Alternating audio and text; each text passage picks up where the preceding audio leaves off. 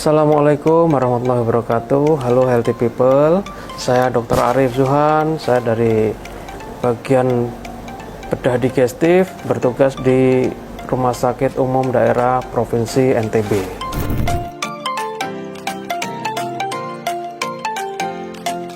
Kanker rektum dan biasanya disebut kanker kolorektal adalah keganasan atau sel tumor ganas pada usus besar yang kemudian bisa menyebar sampai dengan mendestruksi atau merusak jaringan-jaringan yang lain.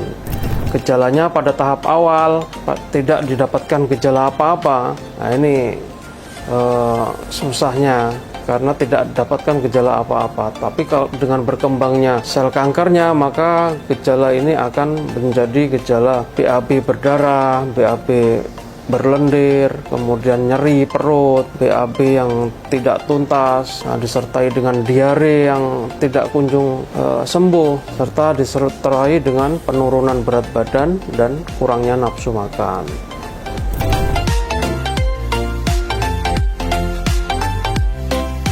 Faktor-faktor risiko terjadinya kanker kolorektal dimulai dari usia. Dengan bertambahnya usia, biasanya 45 tahun ke atas, ini akan menambah terjadinya risiko terjadinya kanker kolorektal. Itu juga genetik atau faktor keturunan. Nah, biasanya kita lihat dua keturunan di atas atau ayah kita, saudara ayah kita, ibu kita, dan kakek nenek kita ini juga berpengaruh terhadap terjadinya kanker.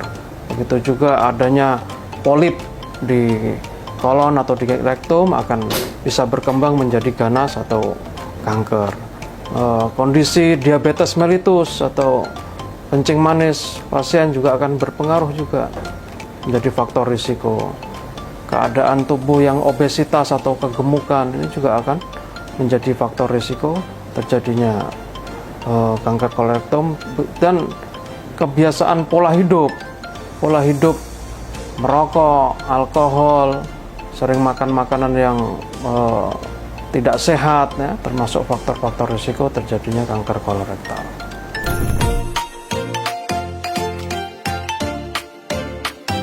Untuk pasien-pasien kolorektal atau bahkan orang yang sakit ini, daging merah adalah makanan yang berisiko untuk mempercepat perkembangan dari kanker, sehingga harus dibatasi untuk konsumsi daging merah.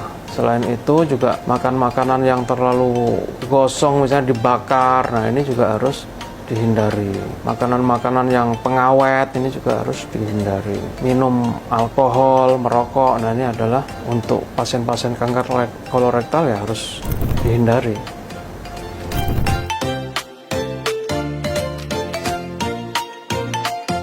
Untuk pasien yang sudah terdeteksi positif kanker kolorektal, maka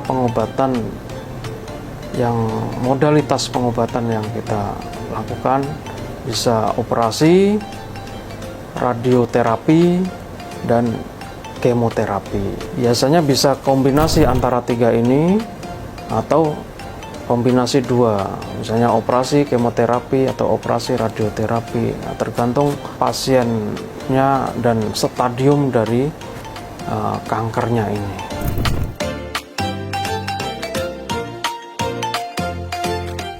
Baik, jadi untuk kanker kolorektal ini saya lihatkan datanya dulu ya.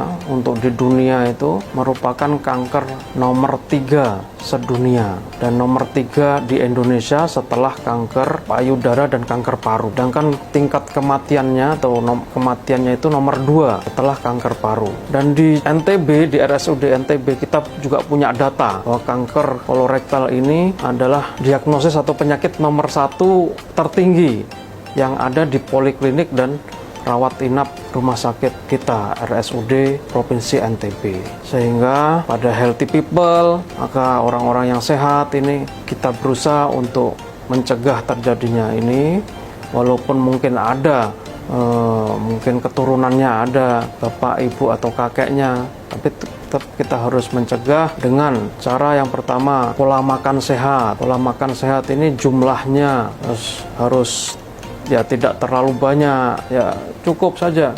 Nah, lebih bagus puasa. Nah, kalau orang Muslim ini puasa Senin Kamis. Nah, terus kemudian jumlahnya tidak terlalu banyak. Terus kemudian komposisinya juga sudah lengkap. Tidak makan yang junk food, terus yang pengawet. Nah, ini juga termasuk pencegahan.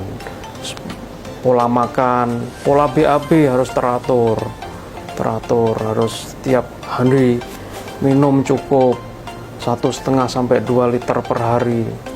Nah, kemudian olahraga setiap hari minimal 5 menit, 10 menit. Nah, 1 minggu. Nah, olahraga ini juga harus mencegah terjadinya penyakit kolorektal. Maka itu healthy people, apabila ada gejala bahkan usia misalnya di atas 45 tahun ke atas, maka bisa melakukan pemeriksaan rutin. Datang ke Poliklinik Bedah Digestif RSUD Provinsi NTB untuk kita check up, dan apabila ada gejala sekalian kita check up semuanya. Untuk datang ke RSUD Provinsi NTB khususnya di Poli Bedah Digestif. Terima kasih.